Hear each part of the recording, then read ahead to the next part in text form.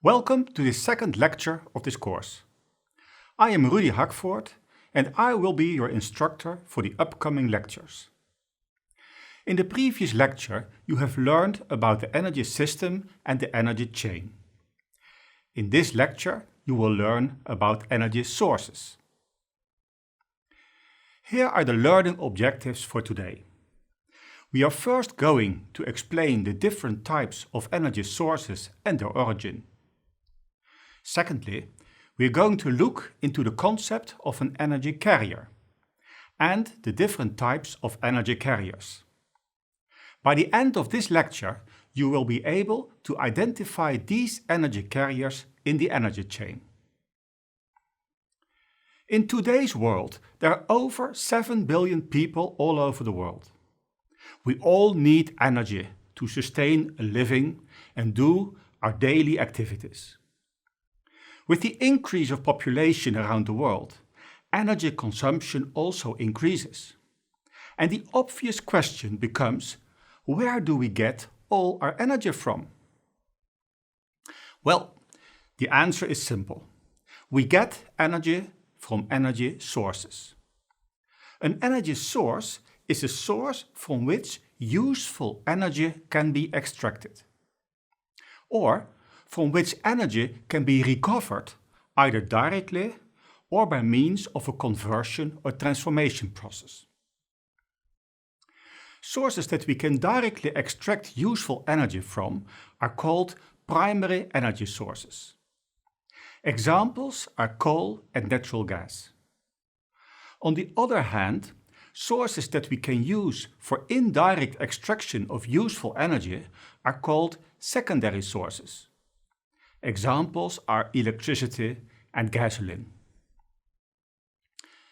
Fundamentally, the laws of physics tell us where our energy sources can be found.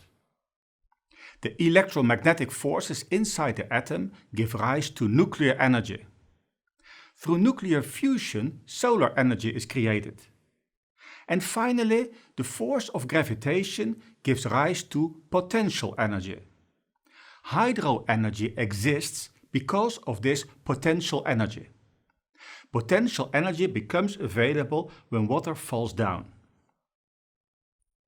For us on Earth, we get most of our energy in one way or another from the sun.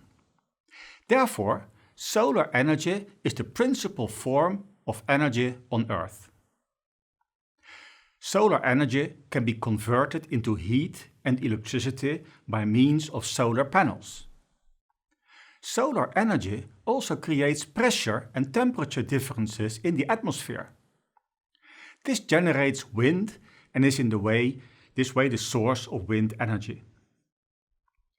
Moreover, solar energy is stored chemically in plants via photosynthesis, which gives us biomass. Most forms of energy are therefore derived from the sun. But there are also energy sources that are not traced back to the sun. An example is geothermal energy. Geothermal energy comes from the core of the Earth. The core of the Earth is extremely hot, and heat is trapped inside the Earth's crust in the form of thermal reservoirs. And we can tap into this heat and use it either for heating or for generating electricity. However, the temperature near the Earth crust is not very high, so converting it into electricity is energetically not very efficient. Now that we know our energy sources, how do we get energy into our houses? For this, we need energy carriers. An energy carrier is a substance that contains energy and can transport it into our house. Examples are electricity through the electricity grid, natural gas through the gas grid, and hot water through the domestic heating network. Energy carriers have different forms and can also be distinguished by what we call exergy. Exergy is defined as the maximum useful energy that can be extracted from an energy source. For example, electricity is one form of energy carrier that has relatively high exergy.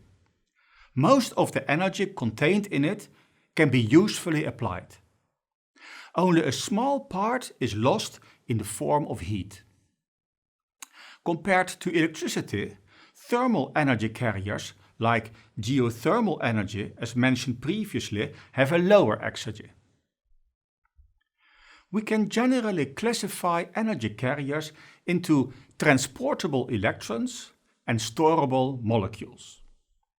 Moving electrons gives us electricity that can be used in different applications in our houses. We use it for accessing the internet and for charging our devices. It's also used for mobility through electric cars and trains. Energy carrier molecules have many different forms, like fossil fuels and food. With food, we get energy for our bodies. With fossil fuels, we can power our petrol cars or planes for mobility.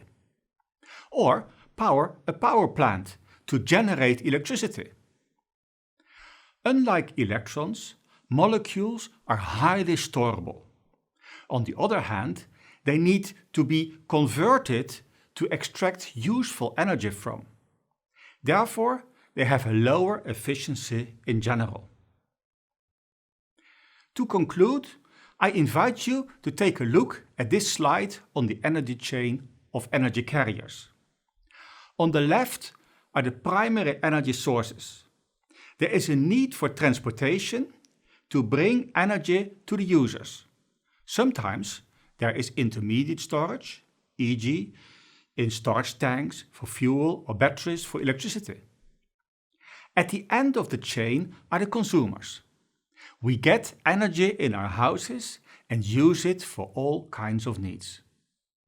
In the next lecture, we will focus on the role of energy transportation.